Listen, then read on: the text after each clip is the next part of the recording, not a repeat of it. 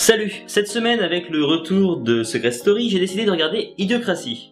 Idiocratie est une comédie réalisée par Mike Judge en 2006 et sortie en France sous le titre Planet Stupid. Oui, un titre anglais pour remplacer un autre titre en anglais. C'est un concept que j'ai du mal à saisir, mais j'en reparlerai plus tard, dans une autre émission. Le réalisateur Mike Judge est surtout connu pour sa série Beavis and Butthead sur MTV. Ouais, moi aussi. Ceux qui connaissent savent donc qu'il a un humour très décalé. Revenons à Idiocratie. En gros, pour résumer sans trop spoiler, c'est l'histoire d'un soldat et d'une prostituée qui se retrouvent cryogénisés pour une expérience militaire. Ils doivent hiberner pendant 1 an, mais le projet top secret est abandonné et comme c'était top secret, personne ne sait qu'ils ont été cryogénisés et du coup on les oublie. Ils se réveillent donc 500 ans dans le futur et la société a bien changé.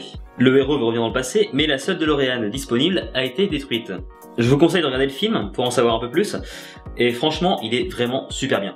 L'intro du film nous explique que les débiles se multipliant plus vite que les gens intelligents, dans le futur tout le monde sera débile, youpi. C'est un peu comme si on se retrouvait dans une société où tout le monde a le niveau intellectuel des anges de la télé-réalité, ou des participants de Secret Story. Ouais, ça fait peur. Perso, ça me fait même plus flipper que des zombies ou des aliens. On a donc un aperçu d'une société complètement décomplexée, obsédée par le sexe et l'argent, et où les Starbucks sont devenus des bar à hôtesses. Bar à hôtesse, ça veut dire bar à pute. Une des émissions les plus regardées dans le futur est un mix entre Benny Hill et Jackass.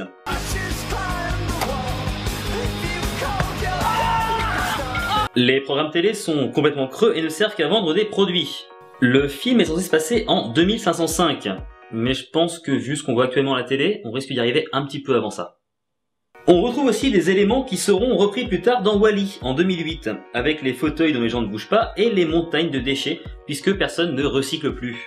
Et c'est justement de ces montagnes de déchets que me vient la question du jour. Extrait. Bip, bip, bip.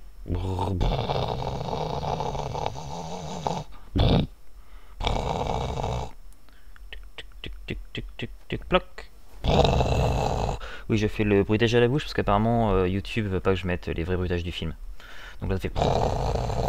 Je fais bien l'avalanche de déchets, non? Ça fait...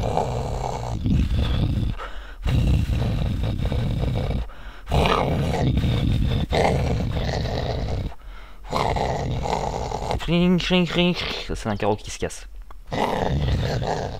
On voit les caissons contenant nos deux héros dévaler les montagnes de déchets.